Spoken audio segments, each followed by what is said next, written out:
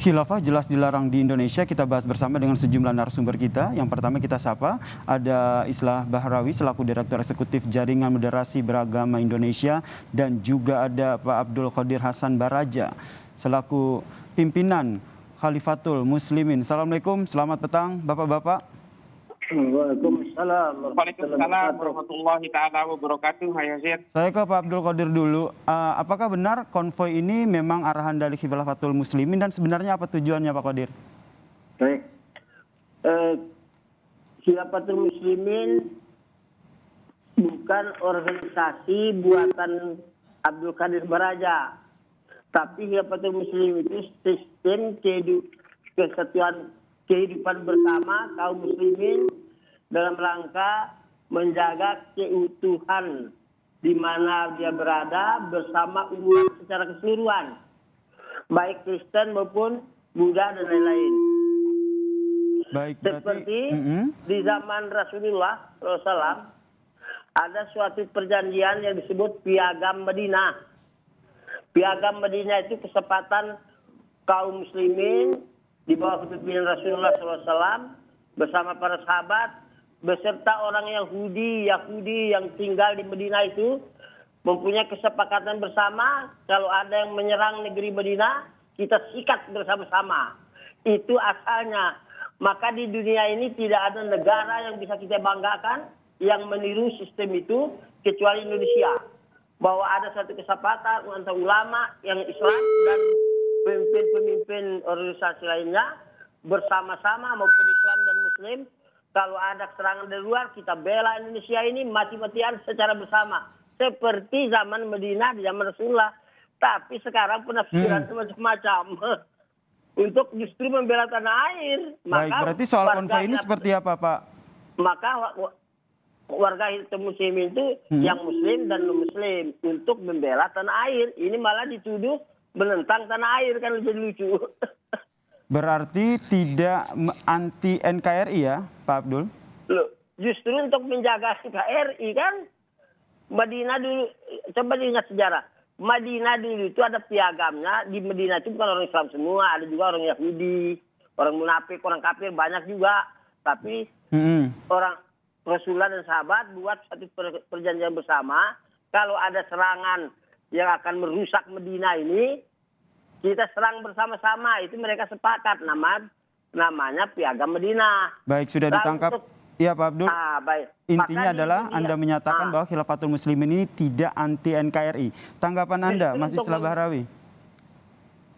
Ya, memang pola semua organisasi yang sifatnya terpisah, segregatif seperti Khilafatul Muslimin ini memang polanya seperti itu semua. Pertanyaan yang paling mendasar adalah kalau memang mereka ini cinta NKRI, kalau mereka ini memang tidak bertentangan dengan hukum negara di sini, tidak bertentangan terutama dengan Pancasila, terus untuk apa dia mendirikan Khilafatul Muslimin? Itu kan pertanyaan paling mendasar. Untuk apa dia harus mendaulat dirinya sebagai khalifah sementara misalnya? Sementara di sini kita punya kepemimpinan yang sah, punya pemerintahan yang sah, sudah dipilih oleh rakyat, dan ini semua berdasarkan Pancasila. Dan apa yang ada di Indonesia hari ini sudah merupakan Khilafatun Indonesia. Ini adalah kesepakatan bersama seperti kesepakatannya Ibnu Khaldun dalam Al-Muqaddimah yang mengatakan bahwa satu negara itu adalah kesepakatan bersama antara rakyat dengan pemimpinnya, pemimpin dengan rakyatnya. Lalu untuk apa Khilafatul Muslimin ini didirikan kalau memang mereka ini tidak mau bertentangan dengan NKRI, tidak mau bertentangan dengan pemerintahan Indonesia, tidak mau bertentangan dengan Pancasila? Ini kan menjadi satu pertanyaan yang paling mendasar dan misterius gitu loh. Ini yang kemudian memang takiyah seperti ini yang selalu digelorakan oleh kelompok-kelompok separatis yang mengatasnamakan agama untuk ambisi-ambisi politik. Orang Kristen, orang Islam, orang Hindu, orang Buddha di sini tidak pernah dirugikan, semua diberi kebebasan dalam beragamanya. Lalu kemudian muncul Khilafatul Muslimin mengatasnamakan pluralisme, mengatasnamakan Piagam Madinah. Ini loh yang menjadi pertanyaan mendasar. Baik Pak Islah, kita tahan dulu Pak Islah. Membentuk negara dalam negara. Tahan dulu Pak Islah, kita berikan kesempatan kepada Pak Abdul Qadir. Ya. Jadi kenapa kita adakan kelompok khilafah lagi untuk mempersatukan umat Islam. Allah dan Rasulnya mewajibkan umat Islam bersatu dan mengharamkan perpecahan. Bagaimana cara bersatunya? Kata Rasulullah, zaman dahulu umat beriman bersatu di bawah Nabi. Setelah aku ini nggak ada Nabi lagi, kata Rasulullah. Lalu siapa yang mempersatukannya? Namanya khalifah, di atas sejarahnya ribuan tahun. Lalu kita tinggalkan, ini masalahnya dosa, bukan menentang negara.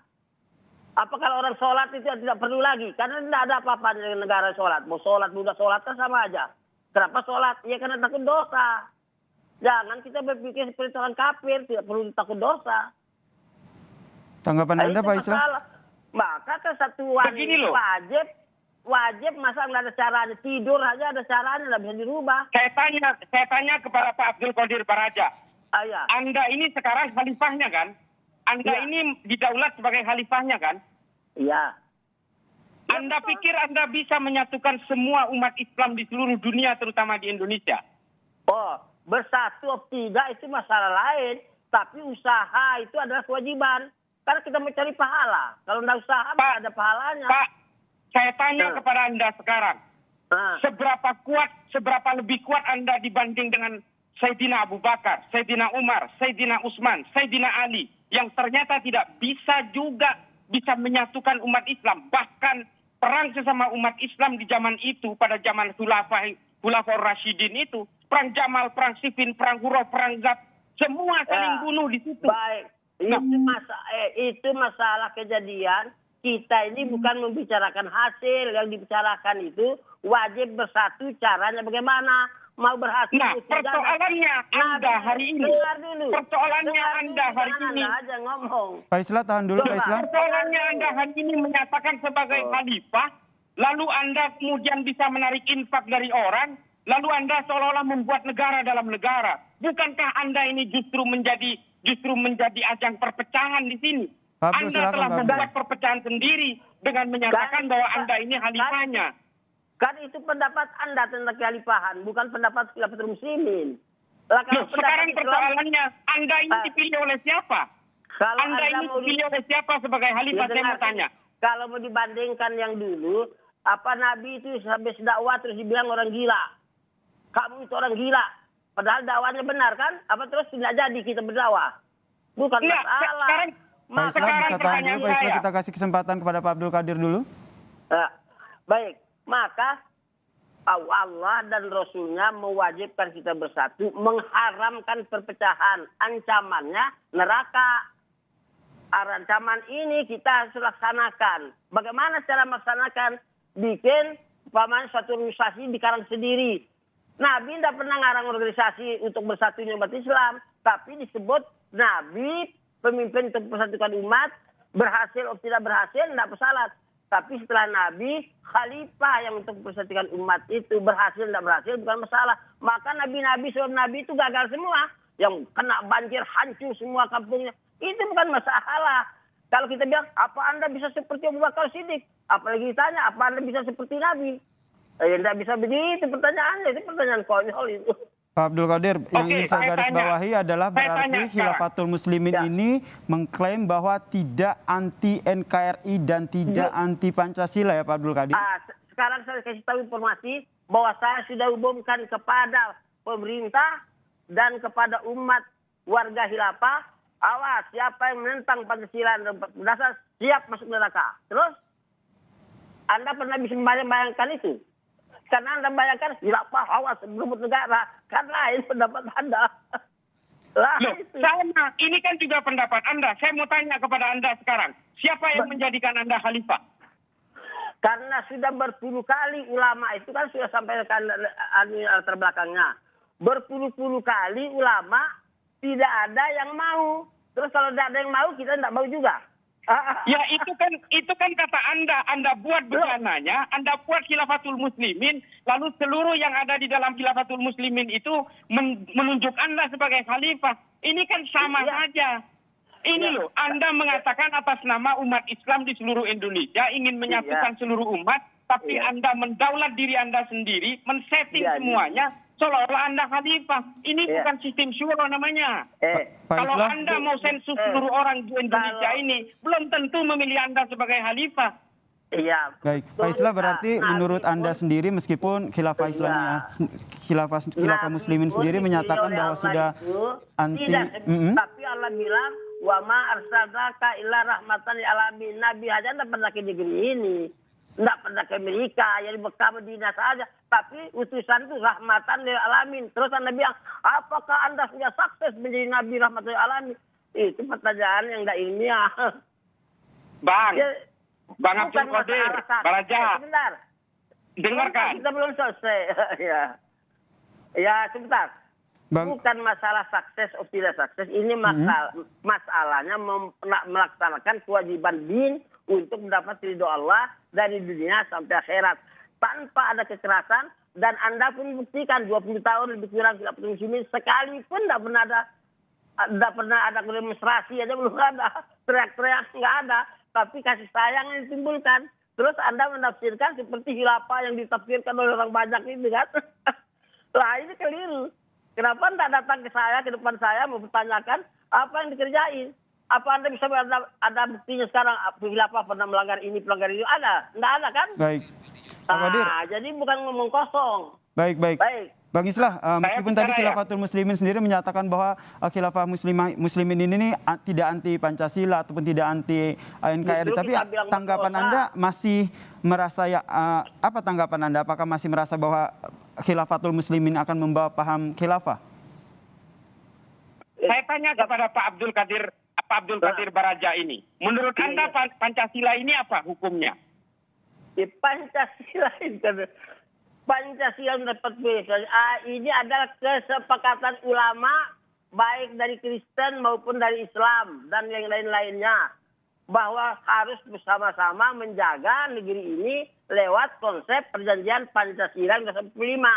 Saya bilang kepada umat ini supaya dimengerti tidak ada di negeri dunia ini negara manapun tidak ada yang sehebat Indonesia punya kesepakatan menjaga bersama negeri ini baik Kristen maupun Buddha maupun Islam. Sistem itu lewat perjanjian Pancasila 45. Kalau kita nggak taat, kita masuk neraka. Terus malah kita dituduh mau merubah Pancasila, kan jadi lucu. Terus menurut Anda, sekarang saya mau tanya, menurut Anda Pancasila dan khilafah ini lebih tinggi mana posisinya dengan sistem khilafah ini? Kalau untuk beribadah ya tinggi Quran dan Sunnah, bukan tinggi Pancasila. Itu kan kesepakatan. Anda tidak mengerti kesepakatan. Loh, bukan. Di bawah Pancasila ini apakah Anda tidak bisa beribadah? Beribadah ini makanya buktinya kalau Anda tafsirkan khilafah seperti sekarang, berarti saya dilarang beribadah. Karena mengumumkan khalifah ini untuk kesatuan umat Islam dalam rangka beribadah. Lalu kalau ditolak berlarang berarti Pancasila melarang ibadah. Lah kan? Pak, jadi saya tanya ke Pak Abdul Qadir Baraja. Ini persoalannya adalah Anda seolah-olah ingin menjadi pemimpin umat Islam di sini tanpa dipilih oleh seluruh umat Islam di seluruh Indonesia. Lalu Anda mendaulat sebagai seorang khalifah di sini yang ingin menyatukan seluruh umat Islam dan seluruh orang Kristen, orang Buddha maupun orang Hindu dan seluruh non-Islam di sini di bawah naungan Anda. Lalu menurut Anda Pancasila dan pemerintahan ini fungsinya di mana coba? Silakan dijawab Pak Abdul Qadir. Ya, Pancasila 45 itu kesepakatan bersama untuk menjaga negeri ini. Ya kerja terus khilafah menurut Anda bukan kesepakatan? Kita kasih kesempatan ke Pak Abdul Qadir dulu Bang Islah. Iya, kalau khilafah itu bukan kesepakatan semua. Ini suatu dakwah untuk mempersatukan yang mau, alhamdulillah, yang tidak mau kita tidak paksa, lakum didukung waliyadin. Jadi bukan harus ini kamu harus ikut saya, bukan begitu. Gimana Anda enggak. Ini ada yang rancu nih. Sementara dia ini ditunjuk sebagai khalifah hasil kesepakatan katanya. Iya, Coba gimana khilafah itu bukan kesepakatan itu gimana sih? Apa sampean ini turun dari langit itu? Dulu juga khilafah itu kata Nabi, khilafah lebih haji nubuwati 30 tahun. Setelahnya bukan khilafah lagi, tapi mulkan adol. Setelahnya mulkan jabariyah. Coba semua juga ngaku khalifah. Karena apa? Ya karena khilafah itu sistem kebersamaan hidup kaum muslimin. Nah kita mau cari itu kan baik menurut tuntunan. Pak Abdul. Kalau dilarang oleh Pancasila, tidak mungkin. Nah, Pak Abdul Qadir. Sebentar. Karena penafsiran khilafah itu, dulu karena banyak perang-perang kan, perang itu bukan hanya khilafah. Baik, Pak Abdul Qadir. Mau Yahudi juga perang juga, PKI juga perang juga. Perang itu sudah manusia semuanya perang. Jangan itu yang menjadi pandangan sehingga asal khilafah perang. Bukan begitu. Pak Abdul Qadir. Ya. Jadi berarti Anda menjamin bahwa berdirinya Khilafatul Muslimin ini tidak akan melanggar aturan yang berlaku, termasuk tidak akan anti Pancasila dan NKRI, meskipun Menak sendiri menyatakan bahwa khilafah jelas dilarang di Indonesia. Kan saya sudah jelas menyatakan tadi, yang melanggar Pancasila 45 itu kepada warga khilafah, saya kira berdosa, masuk neraka. Terus dibilang tidak akan melanggar Pancasila. Bagaimana kita punya pernyataan seperti itu kok? Maka kasihan ya, karena khilafah penafsirannya di pemerintah dan ulama pada umumnya yang gagal menegakkan kekhalifahan itu, 1924, itu pandangannya berbeda. Mengeluarkan kekhalifan untuk berebut satu kekuasaan negara kan. Nah, pendapat ini akan kita hapuskan dengan siapa muslimin. Maka sebentar. Saya ke Pak Islah. Nanti dulu setiap bulan kita maklumat itu kita edarkan ke seluruh negeri ini supaya orang jangan tertipu dengan penafsiran tadi. Baik, saya ke Pak Islah. Pak Islah, Pak Abdul Qadir sudah menjamin. Tahan dulu Pak Abdul, izin. Iya. Pak Islah. Pak Abdul Qadir sudah menjamin bahwa Khilafatul Muslimin ini akan taat aturan pemerintah, tidak anti NKRI dan tidak anti Pancasila. Apa yang menjadi fungsi kekhalifannya Abdul Qadir Baraja ini apa kalau begitu? Dia kan membuat struktur negara dalam negara. Ini jelas bertentangan dengan hukum-hukum normatif di negara kita. Makanya diam.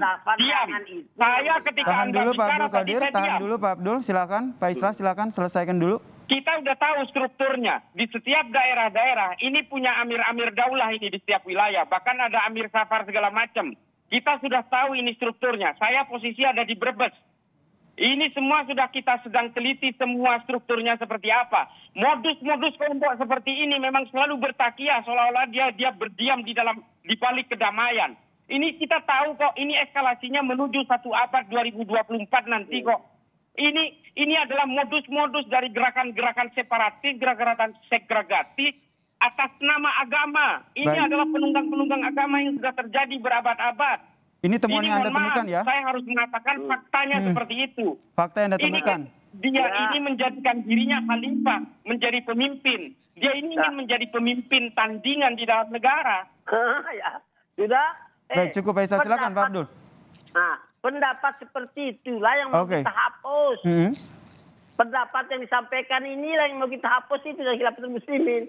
Sehingga betul-betul ini hanya kelompok kesatuan Islam berdasarkan ajaran Allah dan Rasul untuk mendapatkan ridho Allah dalam menjaga negeri ini bersama-sama.